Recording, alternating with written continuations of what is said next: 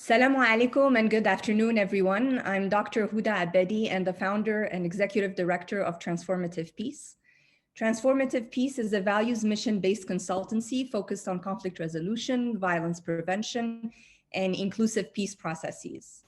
The destructive forces of COVID-19 has forced us to reimagine a better future where we can all work together towards building a more inclusive community that places equity, social justice, and human rights at the forefront, and where all can live in a peace and dignity regardless of race, color, religion, or gender.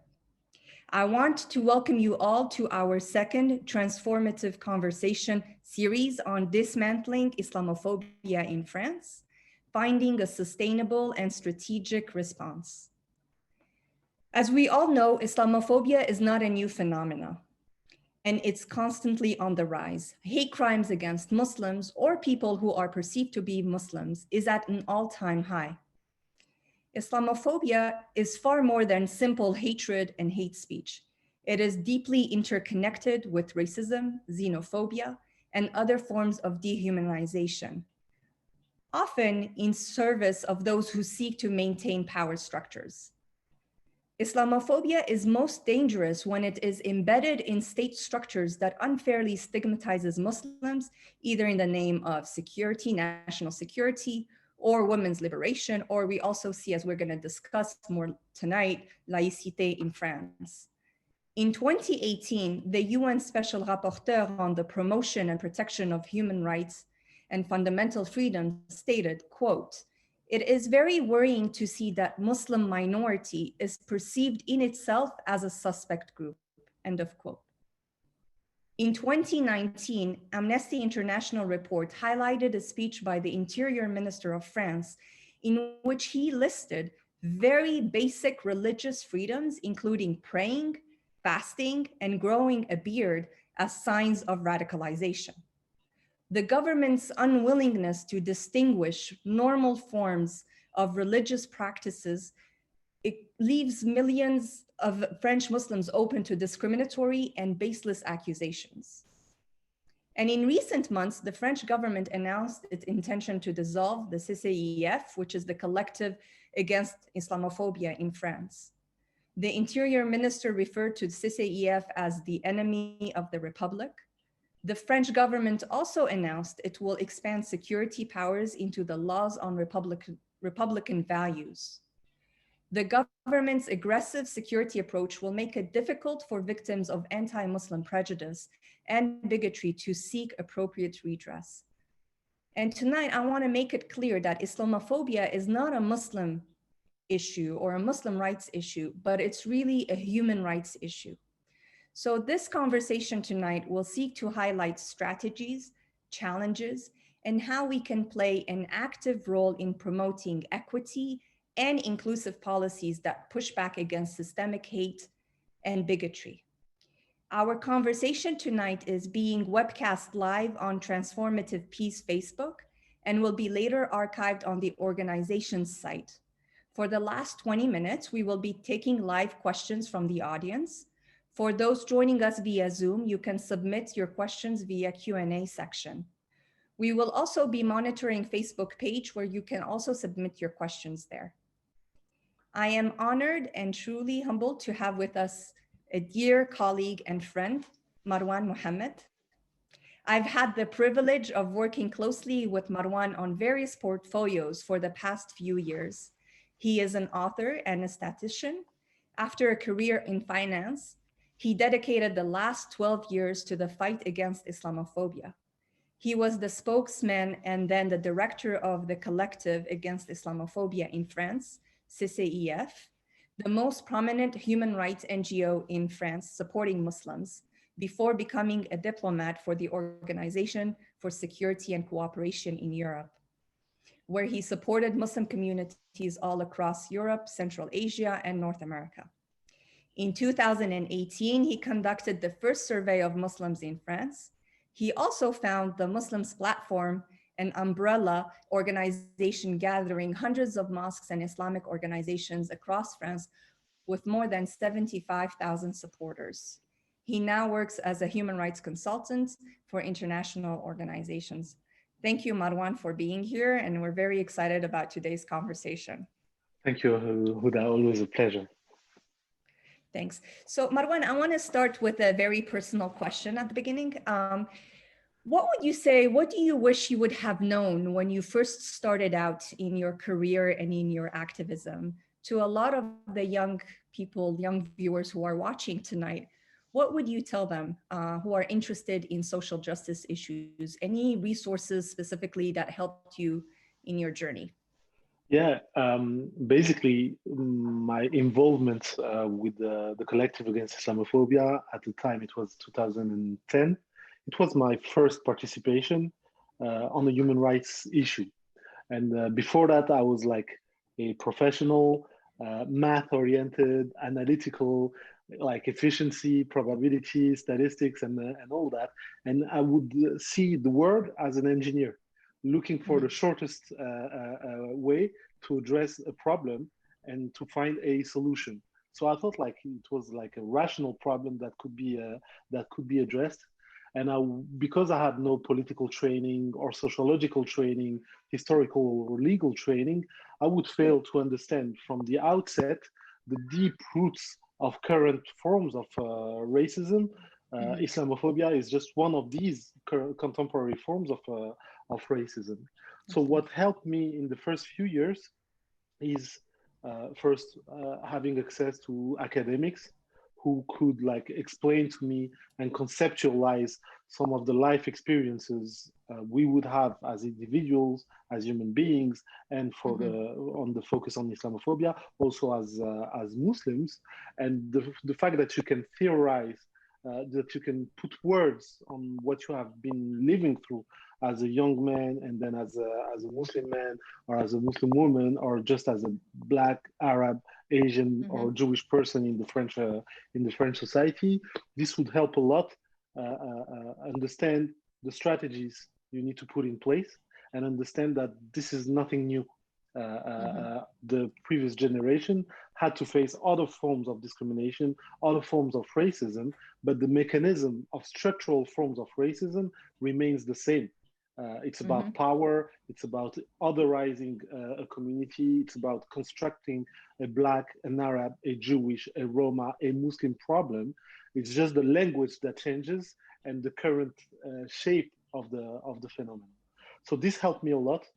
And then when I was able to be exposed to experiences in other countries, in Germany, in the UK, in the US, I understood that there was a lot of cooperation that was possible. And I understood how you can work in coalitions with other groups and other communities, because as you rightly pointed, Houda, in your introduction, this is not a Muslim issue. This is a human rights issue. And the very same fundamental freedoms that we are damaging just to harm Muslim communities, these are the same fundamental freedoms that are harmed for everyone in the society. So the more we understand this, the more we understand it's not about religion as a belief, it's about racism as a phenomenon and a structural issue in our society.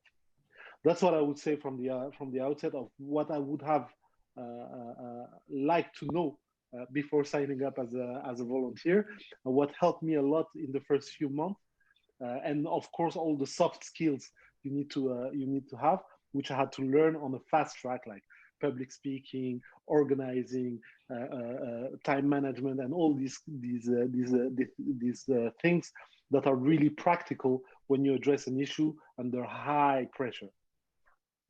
Thank you so much, Marwan. Absolutely. And I think I just want to highlight some of the things you said that are very important, which is directly related to my next question, that Islamophobia is not a new phenomenon. It's a form of another institutional form of racism and linked to other forms of racism. So learning from what other groups have done, other marginal groups have done in fighting racism and how to build coalitions is absolutely important. And adding to it the power of mentorship as well, which takes me to my next question. As you rightfully mentioned, it's not a new phenomena, but CCIF said that but we can see that it is on an increase. CCIF stated that there was a 52% increase of Islamophobia incidents from 2017 to 2018. How can we understand Islamophobia, the process of othering, and the construction of the Muslim problem from France's colonial history and legacies? Okay, so I will address this in three steps. First, Yeah. something methodological about the data related to forms of racism and discrimination. We need to understand that always, because there is a massive underreporting of racist incidents, discrimination cases, and hate crimes, the only quantitative error we can make is to underestimate the phenomenon, because there is only 1 in 5 person who reports a racist incident, and Islamophobia is no exception. So when we see figures rising, this means two things. Number one, that the actual issue is organically growing. So this is getting worse and worse, and the more antagonized the society, the higher the statistics of racism, the more Muslims are identified as a problem in a society, the more we will see Islamophobic attacks. Second thing that can play in, which is positive, is that you are increasing the reporting. So for instance, in countries where we have a culture of welcoming victims, taking them into account, supporting them, and being very inclusive, we see a numerical rise in the data of racism, but this is not a rise in the phenomenon, but rather a rise in the reporting. So what we see in France is that there is a slight increase in reporting, but there is a massive increase in the actual issue. And we also see that it has two characteristics. First, it is massively gendered. So it is mainly targeting Muslim women. They make up 75% of the victims. Second, it happens a lot in public services. Denial of access to the city hall, denial of access to social services, denial of access to education or health services. And these issues can be prevented simply by reminding the officers or the civil servants of the laws. That's why CCIF was so efficient, because they would take a legal approach and remind them that this is completely illegal and that they can be sanctioned for this. Second part is the root causes and the ideological streams that fuel Islamophobia. And if we go back to the definition you provided, which I think is the most potent one of Islamophobia, as the construction of a Muslim problem, you see that depending on the country, you can construct the same problem with different languages and around different issues. For instance, in the US, the Muslim problem is more constructed around security issues and issues of loyalty to what it means to be American. And in the UK, you will see also a very strong security element. And in France, up until 2015, the security element was quite low, but the identity element was extremely strong. And the anti-religious element was also extremely strong, because we have a secular tradition in France, and this tradition of laïcité has been weaponized against Muslims. And the last stream is the one you mentioned, which is about colonialism. And so we have a very strong colonial history in France. And because between 70 and 75% of Muslims living in France originally come from countries that were previously and historically colonized by France, there is an unspoken history, and this creates a lot of animosity and a lot of tension every time the history of Algeria or Morocco comes back in the political scene. It triggers something. And so there is an instinct that, okay, we got kicked out of Algeria and now they are in France. Not only that, but their daughters and their grandchildren are now seeking positions of power in journalism or engineering or medical schools. And this new religious visibility, we reject as the symptom of the recomposition of French elites. So it's not only about hatred per se as a feeling. It also, that's why it's also about power, because Muslim men and women were not such a problem when they were factory workers and building roads and cleaning our streets. They were even accepted wearing a headscarf or a boo-boo or a thawb or anything, as long as they would politically shut up and would not seek any form of visibility or civic participation. The moment these men and women starting being educated, taking part in school outings, being involved in the society just like any normal French citizen, that's what actually triggered the problem. And they would be stigmatizing, hey, you are not thankful to the Republic. And instead of being grateful for having a diploma and being welcomed in France, well, basically you affirm your religious identity by wearing a headscarf or going to the mosque, and this is not how we wanted you to be raised and be part in the French society.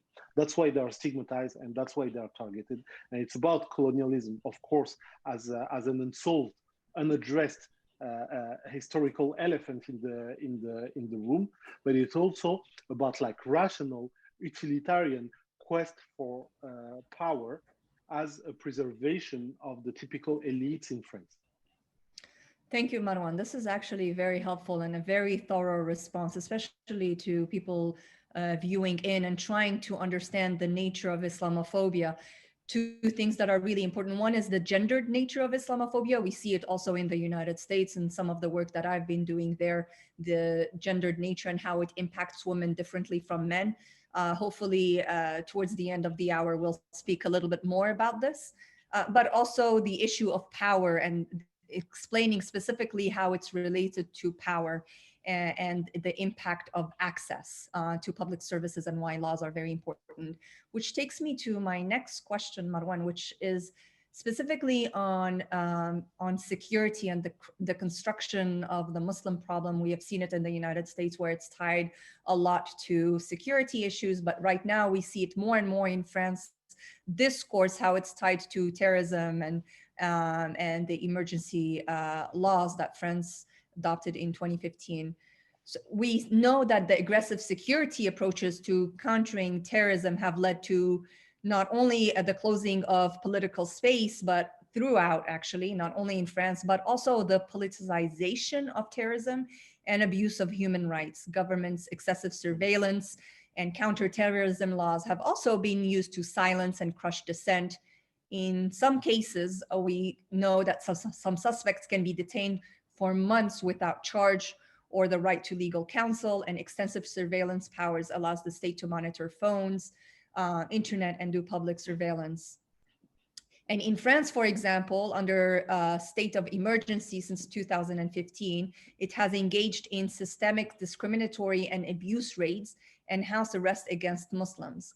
French officials conducted more than 3,200 raids and placed between 350 and 400 people under house arrest in 5 months following the November 2015 attacks in Paris. And what is really important for me to note is that only 4 were arrested for being directly connected to the attack in comparison to the 3,200 raids. And so the whole community, Muslim community, gets criminalized in the name of fighting terrorism. We see this in France, we see this in the UK, and we also see this in the United States. As the former president of the CCIF and a human rights activist, how has the politicization of terrorism further marginalized the French Muslim community, but also to those that are afraid of national security in the name of national security? How do you balance it between human rights and ensuring that there is national security is protected? Okay, so first, as a principle, there is a preliminary observation that we can make, is that if we put in opposition security and freedom, addressing terrorism and addressing Islamophobia, we will fail at both, because they are not mutually exclusive concepts. Let's do an exercise together, all of us with the listeners. Imagine that we are the team addressing terrorist attacks in France or in the UK or in the US. And imagine that we are defining a strategy to address these threats. If we want to succeed, we need to define our objectives and our vision to be successful in addressing these threats. But as a key indicator, if we want to objectify our work, if we succeed, the very manifestation of our success is that nothing will happen. If we are good at anti-terrorism, we will be silent, we will be analytical, and if we succeed, nothing will happen. So this in and of itself doesn't come with a political premium, because you get no points when nothing happens, okay?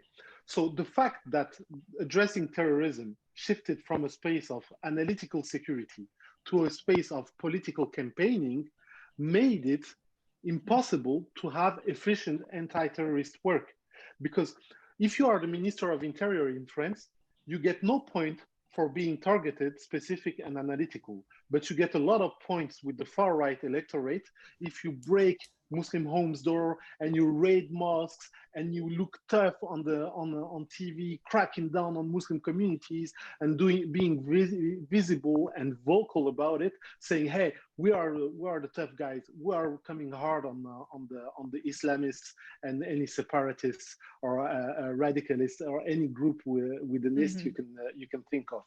So once they fit into this political reading of terrorism, and once they give up fundamental freedoms and analytical approaches to security, there is no limit to what they can do. And there was this prime minister. He was the reasonable prime minister of Emmanuel Macron. His name was Edouard Philippe, and in a TV show he was interviewed saying, "Hey, Mr. Philippe, you know that your raids and that your investigation are harmful to fundamental freedoms and human rights." And what he responded, because he's the reasonable guy in the equation, between brackets, he said, "I understand that this is potentially infringing on human rights, but you put yourself in my shoes. I cannot politically stand in the face of families of victims of terrorism and tell them that we didn't come hard on extremist groups." So he gave up the actual truth. He accepted that this is not addressing security. This is addressing a political concern. And once you shift from addressing the actual issue to communicating about addressing the actual issue, there's no coming back from this, and that's why the far right became the most important political force in France, because they have won. It's not about addressing terrorism. It's about campaigning against terrorism. It's not about arresting the actual criminals.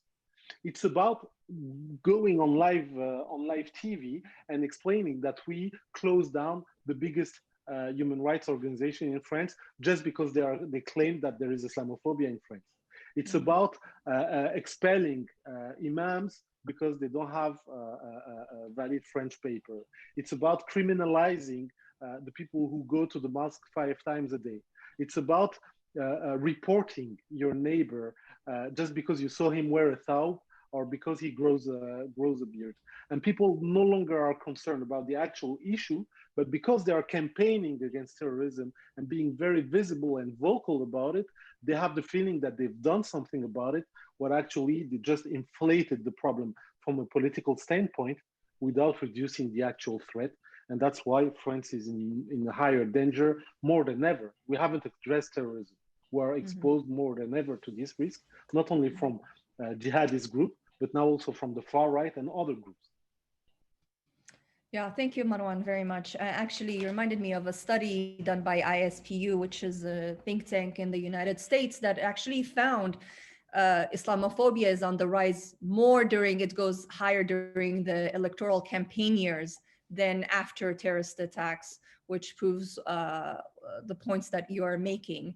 But also this thing of, working in the field of violence prevention, we know like its community approaches and working with civil society is absolutely important in preventing violent extremism of all kinds, not just like you mentioned, like a particular group, but we can see now the rise of the far right. And unfortunately, the politicization of terrorism has also increased this us versus them mentality, which Absolutely. further, reinforces the terrorist group's narrative and furthers their grievances. So it's not making us any safer from a counter preventative terrorism perspective. We've seen that the horrific murder of Samuel Paty forced a difficult conversation on laïcité and freedom of speech. And more specifically, I would argue on who has the right to exercise that freedom of speech in France. According to Amnesty International, French police interviewed children as young as 10 years old for hours on suspicion of apology of terrorism, quote unquote, as they apparently questioned Paty's choice to show the cartoons. The parliament is also discussing a new law that criminalizes the use of images of law enforcement officials on social media.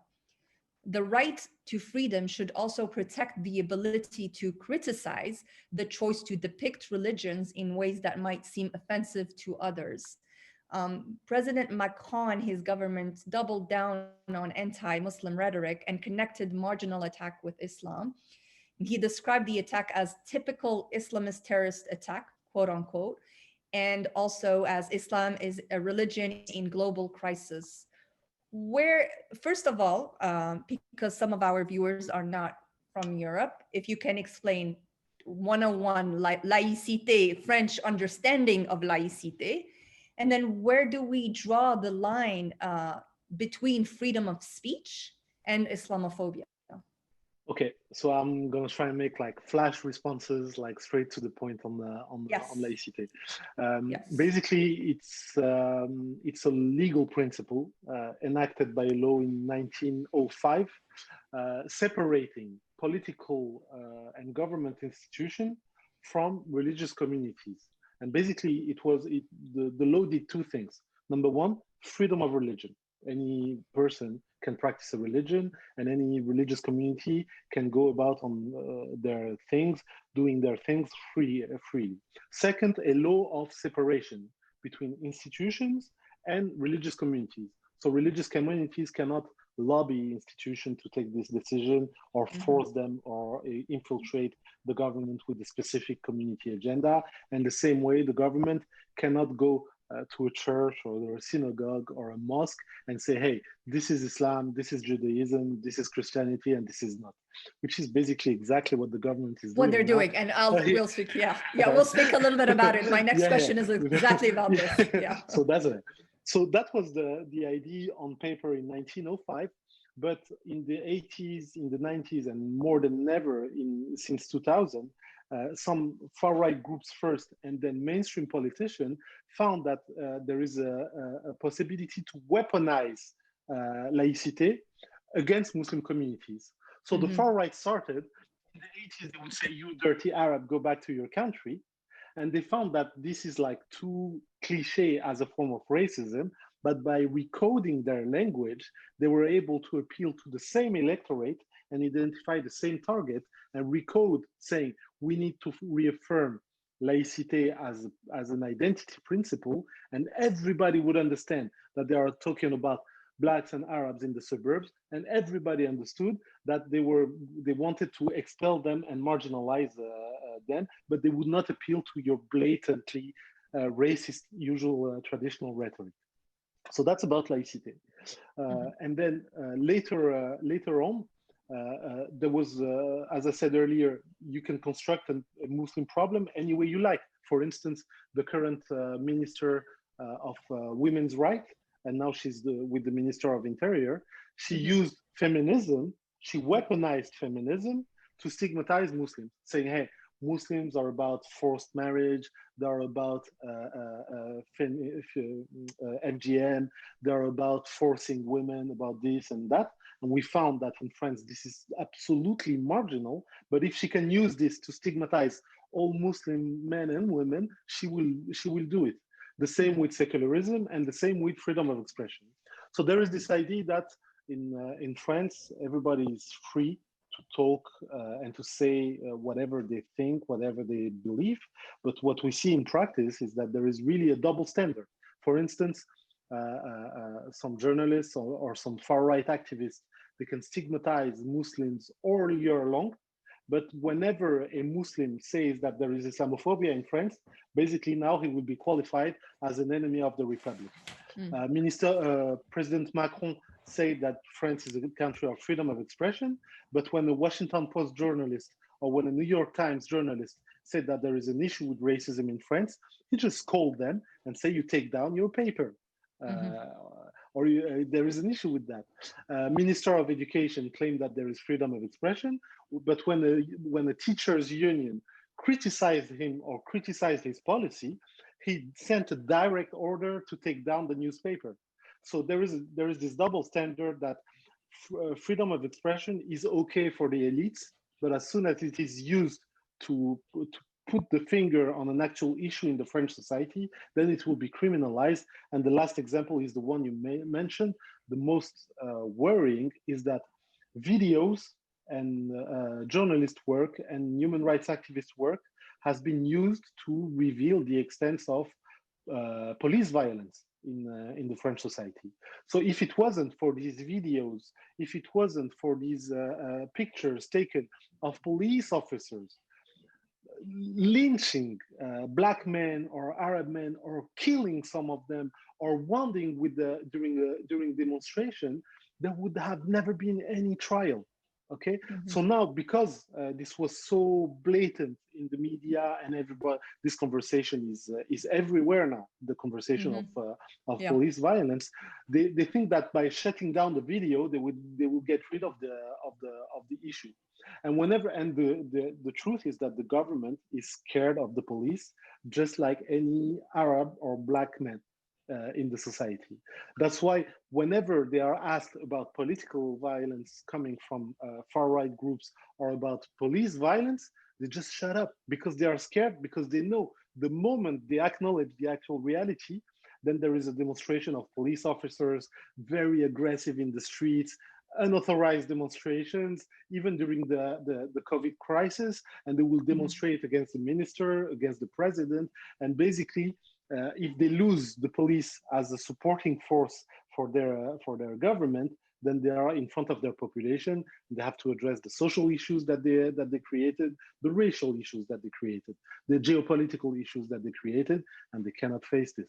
That's why they will support the police in any way possible, even if it means shutting down peaceful demonstrations, threatening journalists, infringing on fundamental freedoms, including freedom of expression. Marwan, has there been any kind of did the Black Lives Matter movement in the United States by any chance influenced a little bit the discourse in France on police brutality and what activists in France are calling for or demanding, putting it more on a national kind of at the forefront? Yes, there has been a kind of a connection of conversations between what is going on in the U.S. with the Black Lives Matters movement and the anti-racist movements in France, including coming from the suburbs. But there are like a number of blocking forces or blocking factor in this transatlantic connection, if you wish. The first is like very simple but very difficult, is that not everybody speaks English in France, and so and not a lot of people in the US speak French. So there is like this language barrier, which makes it difficult for language mobilization, organizing material to be easily exchanged. That's number one. Number two, there is a kind of a psychological blocking factor in the mind of the French elites, is that they see racism in the US, but they don't see it in France. So they are all about police violence in the US and about structural racism and about how unacceptable it is and how we, the country of human rights, are supporting Black Lives Matters movements in the US. But when you tell them, okay, that's fine, that's great, now let's shift the focus on what's going on in France, and then they would say, hey, but we are blind to color. We are blind to color. You cannot say that there is a Black community or an Arab community or a Roma community or a Muslim community in France. You are tearing us apart by building this secluded community. And so you are destroying the French society when you say that there is a a problem with the way Black people are treated, with the way Muslims are treated, with the way Roma are treated, and there is no police violence in France. These are a few bad apples, but in the US, it's different. It's like and so there is this belief that there is a cultural exception in France that would justify racism in a way, and that because they claim they are colorblind, then it means that there is no racism, and then you cannot organize as a community. And if you say so, and if you speak up even as women, it was an issue. For instance, when there was the Me Too movement, when it came to France, it was all about like, we love women and we support women, but as soon as women organize groups or conferences when they want to create a safe space for women to come together and organize, this in and of itself, they say this is anti-male sexism, anti-male sexism. This is reverse sexism, and the same goes with anti-racist movements. When Black people want to organize just a simple circle of cooperation and organizing, say this is anti-white racism. You are breaking the French fabric apart. You are against the Republic. So this is, in a nutshell, why these connections are not easily and politically made. But make no mistake, what is going on in France, even in terms of mobilizing and organizing against police violence, is unprecedented. The two biggest demonstrations in the last year have been the demonstration against Islamophobia in November 2019, and the demonstration against police violence after the killing of Adama Traoré, and the campaigning of his sister and other groups to visibilize these issues. And this is really like between 50 and 100,000 of demonstrators in the street without any political support. Which is absolutely very important. And it's also really interesting because what's happening in France right now, especially with all of these, with Macron's statement and what the French government is trying to do, has kind of sparked also a debate in the United States, also looking at the power of coalition building and how within the activist circles too, is like, how can, activists in the United States support or lend or try to build coalitions between transatlantic coalitions, because I think it's very much needed. And as you said at the beginning, learning from each other's movements on strategies on what worked and what did not work. It takes me something we discussed a little bit briefly, which is on laïcité, and thank you for explaining it, especially to our viewers. President Macron claims that a form of Islamist separatism has found fertile ground, and to counter this, the president announced his plan to create, quote unquote, a French Islam, a practice of faith which will be regulated by the state. This, of course, goes in opposition to the concept of laïcité, which enforces a strict delineation between the state and the private sphere of personal beliefs. Instead, it's wielding the opposite and state encroaching more and more into the public sphere of Muslims, from dress code to dietary needs to religious education.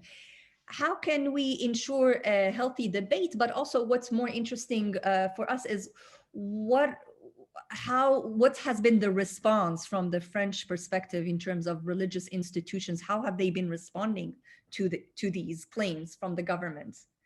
Yeah. My father used to make a joke when a politician would try to dictate to Muslims how they should practice their faith. He'd say it's okay if the president chooses his imam and defines his Islam and reads his Quran. It's okay. He can be a Muslim too and pray behind him that if he wants, but do not define this as Islam for Muslims, because there is not 20,000 different Islams. There is one religion and different contexts, but this is the same community, this is the same faith, this is the same belief. And as you said, it directly goes against the very principle of laïcité. But as I said earlier, the government politically could not care less, because they are not after a form of rationality or the rule of law. Now they are all out and they are looking at the 2022 election, and they know that they've destroyed any form of possibility for voters on their left side to support them.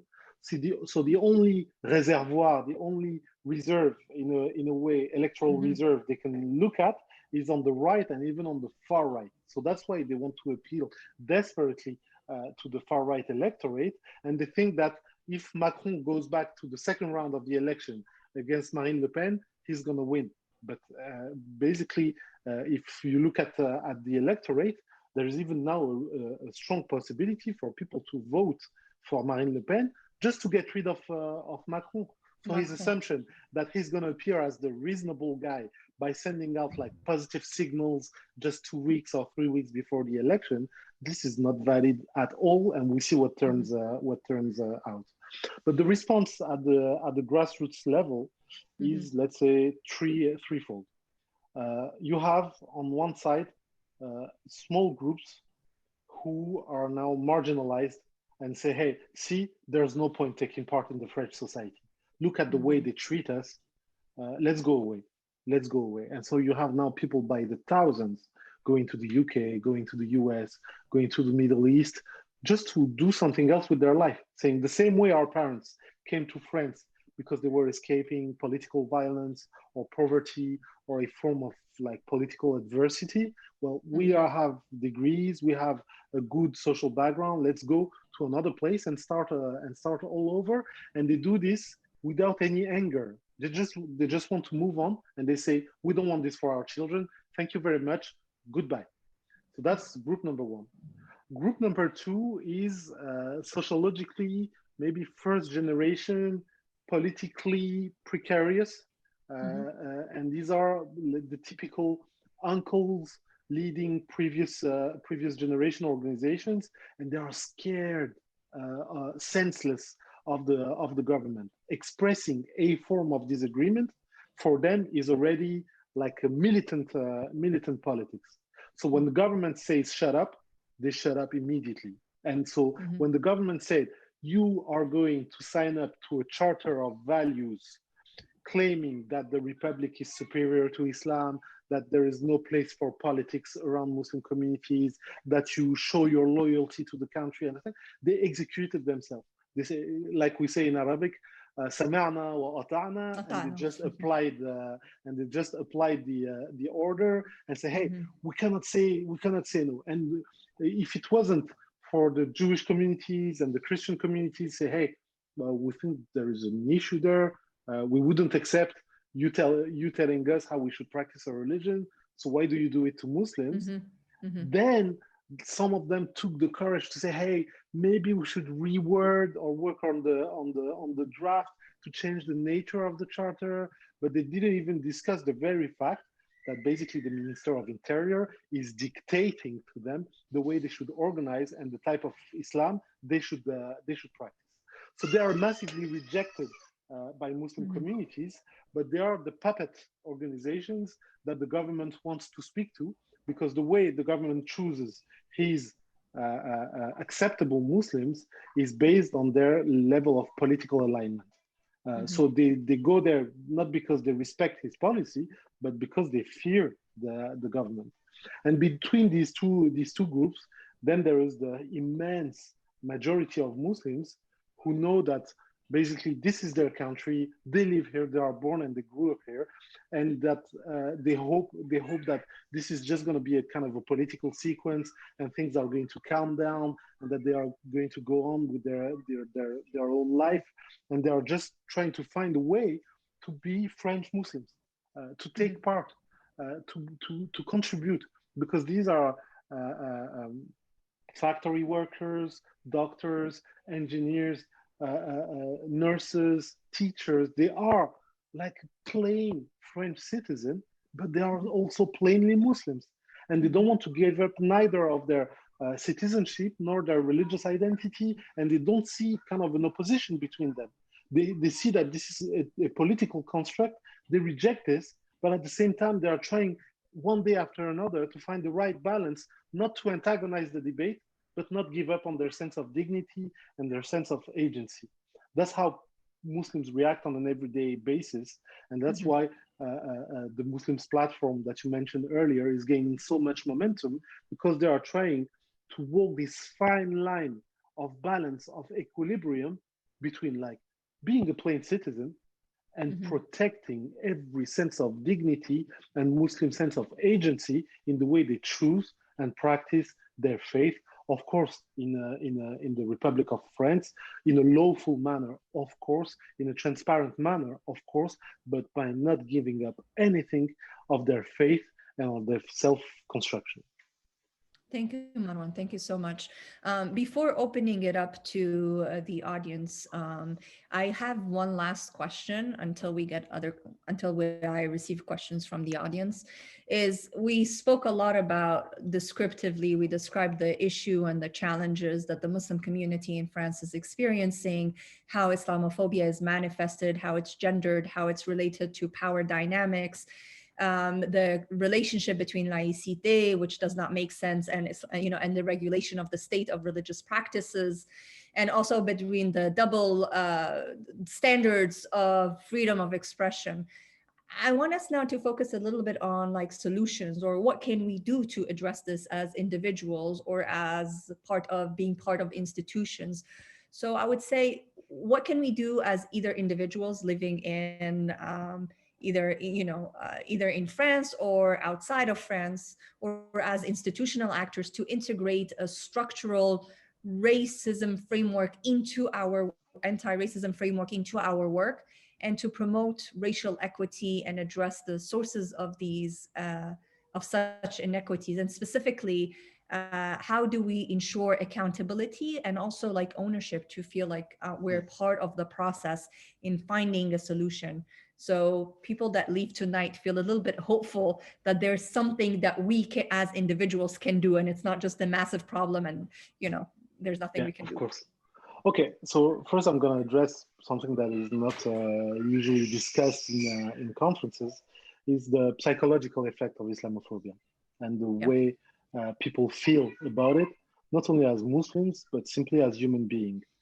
So understand, if you are a Muslim or if you are a believer or simply a human being, understand that you are not defined by what people say about you, even if they are the president of the republic, of the president or the president of the United States, or any person in the world. You are defined by what you believe in, by what you do in the society, by how you contribute to the place where you live. And if you understand that, then you need to drink a large glass of cold water and do not let these discussions get to your head, or even worse, get to your heart. Mhm. That's number one. Take care of yourself Mhm. in a deep sense of the word. Take care of yourself. Be dignified. Be proud of who you are, of what you are, and understand that nobody can take away the sense of dignity that you have of yourself. Second, whether you live in France or in Morocco, in the UK, in the US, or elsewhere, understand that you change countries, but you also have different issues. So learn from these different contexts and learn in a way that you can take lessons in the way to not only address issues, but prevent issues. I'm sure if we have this time machine and we go back in time 20 years ago and you tell a progressive person or an MP or a reasonable political figure or an academic, and you tell them, hey, in 20 years from now, the president of the republic will be telling Muslims who they should pray behind, and the far right would be the leading political force in France, nobody would believe us. The same way, if I tell you guys, Mhm. if I tell people in the US in 2010, or after the first mandate of Barack Obama, in 4 years from now, a far right clown is going to be elected president of the United States, nobody would believe it.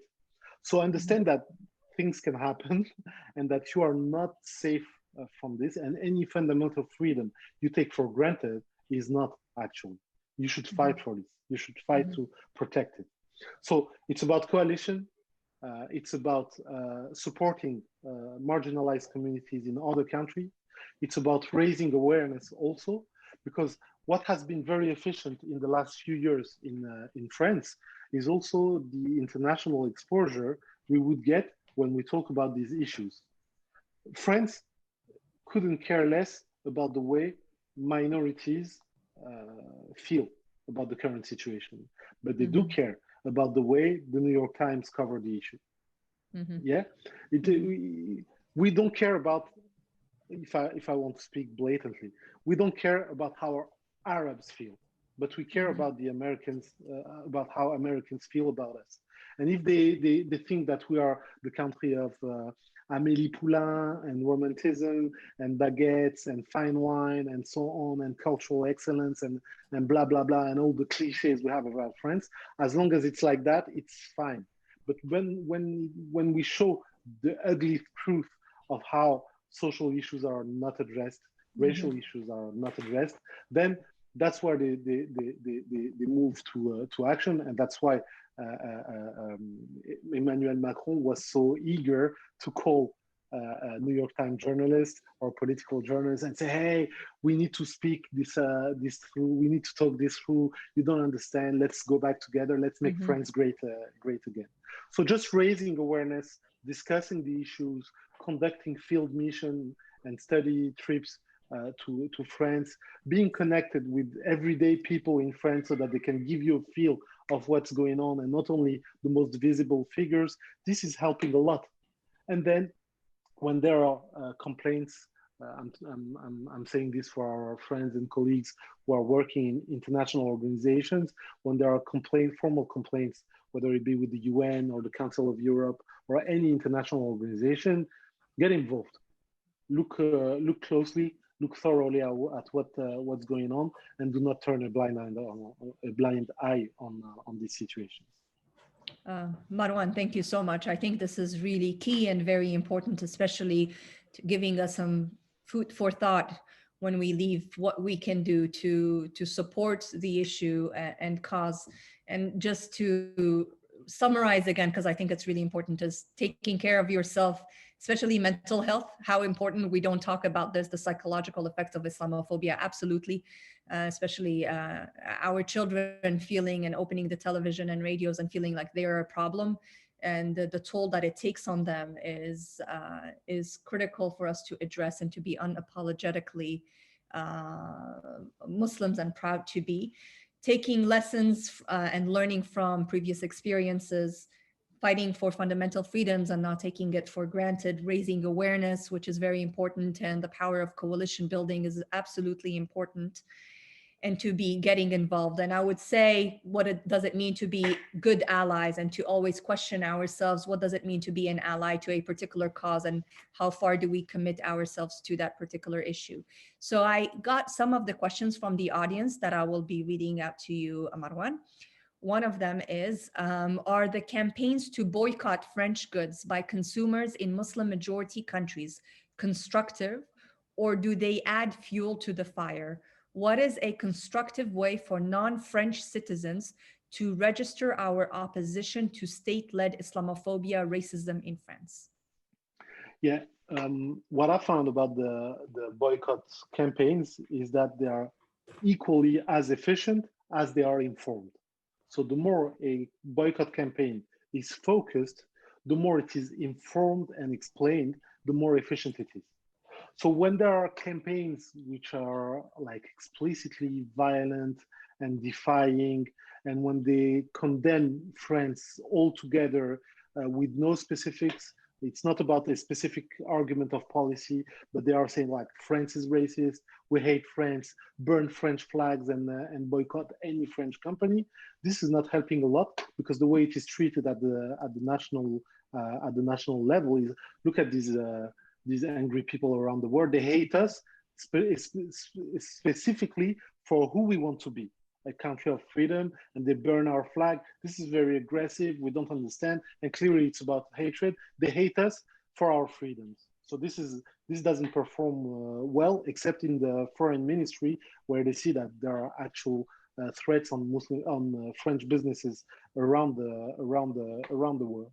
But when there are targeted campaigns, specific campaigns addressing a key policy with sound research and sound arguments, it's very difficult for the government to dismiss it because it's about facts and it's about impact. You want us as clients around the world, well, you stand by the values of your businesses. your businesses claim all around the world that they respect diversity and they respect all faith and that they want to work with us and that they want to cooperate everywhere else in the world. Okay, you want us as client?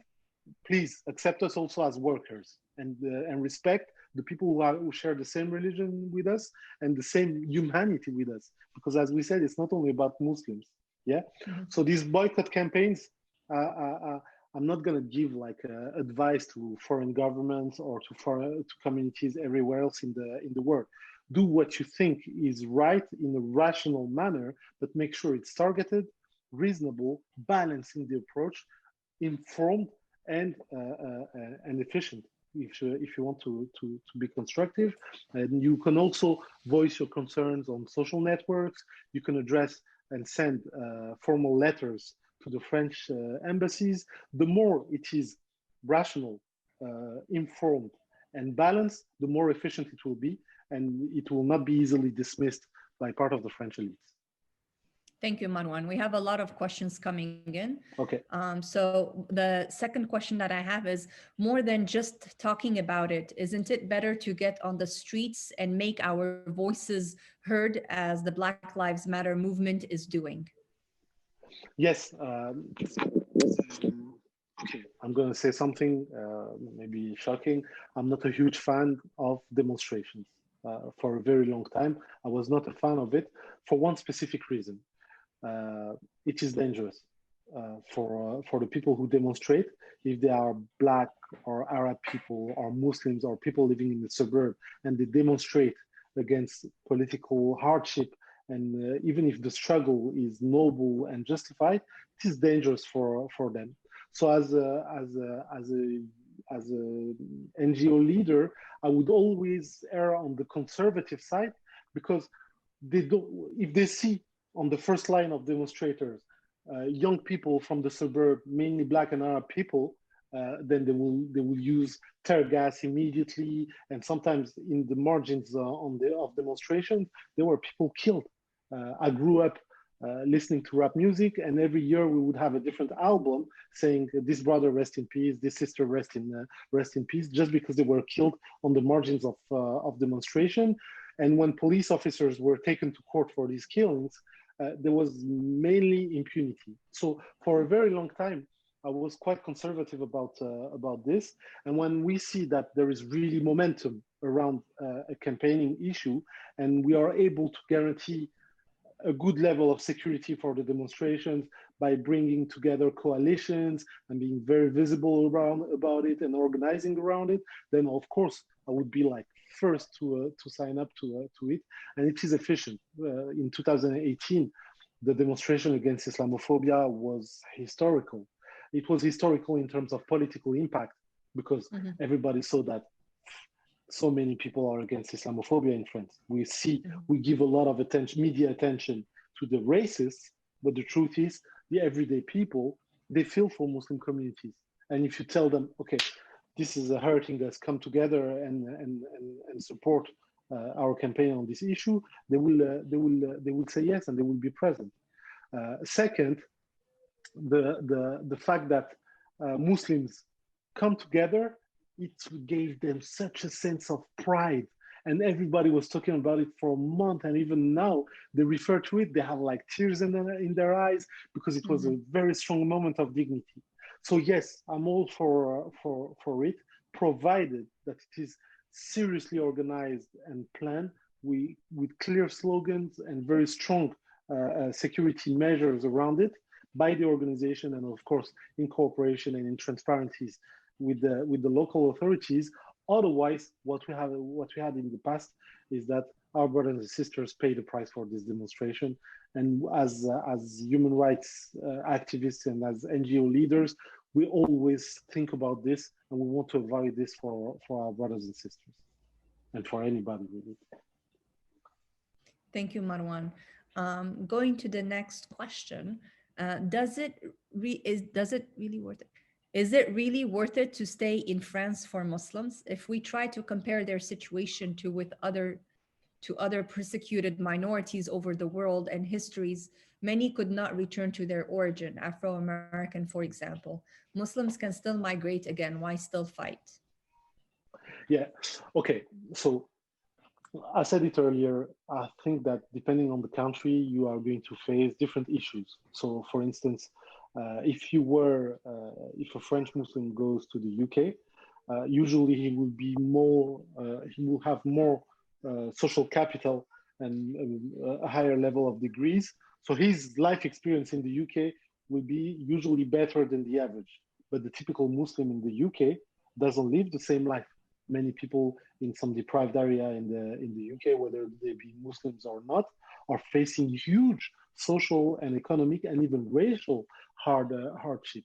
And we cannot turn a blind eye on this. If we go to countries in the Middle East, yes, from a religious standpoint, you will feel a bit freer, but you have other human rights issues. And as a Muslim, you will not be able to look away from this. So I want to give maybe a middle ground on this issue.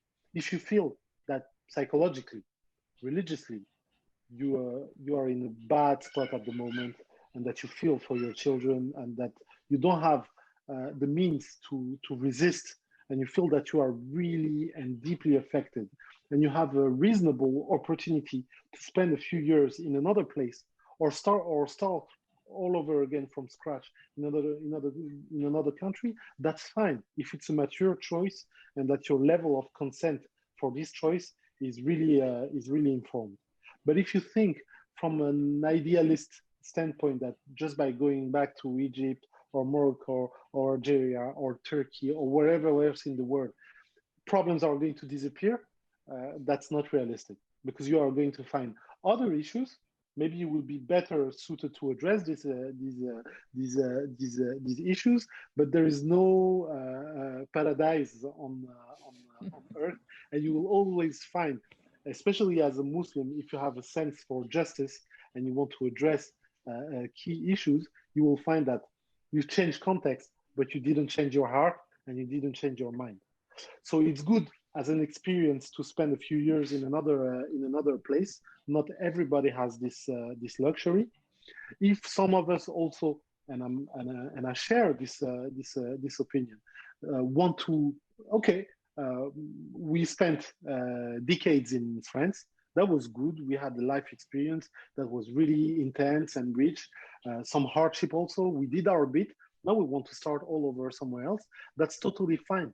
But don't give up, and understand that only a few people can do this, because many people don't have access to another language, don't have access to a visa for other country, don't have a degree that can easily be traded into a job in another country. And if everybody who's capable leaves the country, then this becomes an issue for those who stay also. And so keep this in mind. I want to treat you guys like adults. So I don't say anymore, stay in France, we need to resist, or go away, it's done. I tell you, if you make a decision, make sure it is informed, mature, and that you're not giving up something where you have a sense of responsibility to your family, to your local community, and people rely on you. Make sure you did your bit before you leave. Thank you, Marwan. Yeah, and to be realistic, right? It's not paradise everywhere. I can attest to it after being in the US for so long and coming back to Morocco. So the next question that we have is, do you think it would be relevant for associations in France to rely on foreign press to get our voice heard locally? Yes, absolutely. Absolutely. Because even part of the press in France, just like journalists in France, they are just like people like the rest of the population. So they are not immune to political stereotypes or racist stereotypes. But using the foreign press, the press abroad, to shed light on what's going on is just a basic principle of any country where there is high political pressure, which is unfortunately the case for France. Now, some politicians, they reach a level where they couldn't care less. So we are not far from it in France. They are not far from the turning point where they say, hey, we used to care about the Financial Times and the New York Times and the Washington Post and the Guardian. Now, hey, We couldn't care less. Now you can say whatever you want. We don't have an electorate in the UK anyway.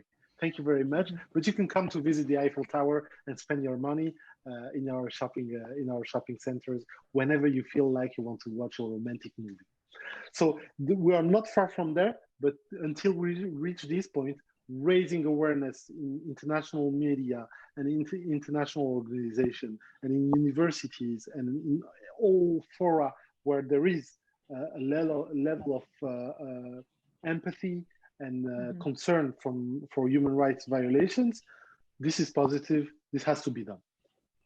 Thanks, Marwan. Absolutely, especially the importance of raising awareness and the pressure that it creates, also the international pressure. My next question that I have is, how should we tackle this discussion with people that think that a minority, because or ignorance or hate regardless, is inferior? How should we behave? Please repeat it because I'm not sure I got I'm trying to understand it too. How should we tackle this discussion with people that think that a minority is inferior? How should we behave? Yeah, okay. First, personally, that's the Marwan, the person responding, not the researcher, not the human rights advocate. Personally, I couldn't care less. It's not my personal mission to educate racists. I couldn't care less. If they couldn't care less about my humanity, I couldn't care less about their ignorance. If they believe in and of itself that my skin color or my religion makes me inferior to them, good luck with that. And at the same time, it reveals so much about their psychological formatting, because at the same time, they present Arab people, Black people, Muslim people as inferior, and at the same time as intellectually superior in the way they manipulate the opinion, they plan, they invade, they infiltrate their society. So I'm not here to solve their psychological issues, but collectively, we have the responsibility to address their racist behavior when they turn into action. I couldn't care less that a person hates me on the inside, but I care about him excluding this brother or this sister for the sake of their skin color or their religion. So it's not so much about ignorance or about feeling; it's about behavior, respect for fundamental freedoms. Now, once we've said that, we also see that culture, comedy, I'd say all intellectual vectors are efficient ways to deconstruct stereotypes. So, for instance, comedians or movies or TV series, just by appealing to another part of our brains and to another part of our heart, can change perception on the long term. But it's not an individual responsibility, and I say this for any person who has experienced racism in their life. Not your job to educate racism. Not your job. Not your responsibility. If you do it out of a sense of charity, because basically that's exactly what it is. If I take 5 minutes to educate my racist colleague or my racist neighbor about what he's saying about Black people or Roma or Asians or Muslims is wrong, that's because I see in him more humanity than he displays. And basically I'm telling him, I think you're worth more than what you show. And I'm gonna take the time to educate you on this issue, because I believe you are still able to learn. You have some form of humanity in you that makes you worthy of changing. But I'm past that. I'm taking care of my kids. I'm taking care of my jobs. I'm doing the work that I can at my level. And if you don't have like the very minimal humanity just to shut up, then good luck with that. And let's see in 20 years how you feel about your situation when you are all alone and you've destroyed every relationship possible you had with your neighbors and colleagues for the sake of your own racism and prejudice. Thank you so much, Marwan. The next question actually is on gender, which is great because I had it also. I wanted to ask you. And we know that across geographical borders, women's bodies become sites of contestation. For decades, women's rights were used as a bargaining and negotiating tool by internal and external forces. You mentioned previously earlier that according to CCIF, around 70 to 75% of victims of Islamophobia incidents are women. The question is, what is the gendered nature of Islamophobia in France? What can we do to begin to resolve this issue? Are there any mechanisms for prevention and protection? Okay, so if I want to analyze the gendered nature of Islamophobia in France, it has different components. First, it has a sexist component in the statistically intersectional nature of the phenomenon. So when you look at the behavior of the perpetrator who attacks a Muslim woman in the street, and when he's arrested, he's gonna shift justification. He's gonna say, "Hey, these are Arabs. They come to our country and they want to conquer our country. So, but this is racist." Yeah, but in the way she was dressed, she was provoking me. Okay, so now this is sexism. Yeah, but this is sexism. So yeah, but the fact that she wears a headscarf, it means that she supports terrorist group. Okay, so now this is Islamophobic. And so we shifted from plain racism to sexism to Islamophobia. So there is this sexist component which is ingrained in the behavior of perpetrator. That's number one. Number two, you remember earlier I was saying that the French elites expected that Blacks and Arabs in France, mainly Muslims, would be grateful for being in France, and that they would also be grateful for having access to education. There was a deliberate policy in the 80s targeting Muslim women as a form of vector to educate their brothers, their parents, their fathers, their uncles. So there was a deliberate focus on women. The expression in French was les femmes maghrébines et noires comme vecteurs de désensauvagement de leur entourage masculin. So the idea that if we are able to win over these young women, they are going to be the vector through which we emancipate their fathers, their brothers, and that they would get away from their ethnicity or from their culture or from their religion. But the exact opposite happened. The more the sisters were educated, the more they had a sense of their own agency. So they succeeded in life. They succeeded in their studies, in their projects, in their businesses, but they didn't break the relationship with their family or the place where they grew up in, or their religion, or the country of origin. And this was unforgivable. Unforgivable to the sisters wearing a headscarf, because basically the headscarf was interpreted as sexually unavailable for the racists. And the sisters not wearing a headscarf were also targeted. Those wearing a headscarf were targeted in their access to education, work, healthcare, or whatever, because the headscarf was identifiable, visible. And the sisters not wearing the headscarf, they were targeted in the way they are treated in the workplace or in academia, in accessing a grant, in accessing equal opportunity with their male colleagues or with their non-Arab, non-Black, non-Muslim colleagues. So you see that this gender component of Islamophobia is extremely potent and extremely destructive, and it targets women wearing a headscarf, women not wearing a headscarf indistinctly. And I think what we can do about it, and I've said this many times, and to be truth, this is one of the reasons why I stopped talking about these issues of headscarf and burkini and some point, because when we speak as men about these issues, sometimes we add to the problem. And I've said this on national TV once. Look, I don't wear the burkini. I couldn't care less. And I'm not qualified to talk about this issue. What I can tell you as a statistician is that this is happening, and this is who is the target of this racism. So maybe next time you want to talk about this issue, invite a woman who wears the burkini when she goes to the swimming pool or to the beach. But I'm sure you will not do this, because this will force you to treat them as human beings, speaking for themselves, having nuances, having a smile, having hopes for this society. And this, in my opinion, is the most potent way to address this sexist component of Islamophobia, is to rehumanize Muslim women by giving them spaces for expression, by showing how complex they are, just like any human being.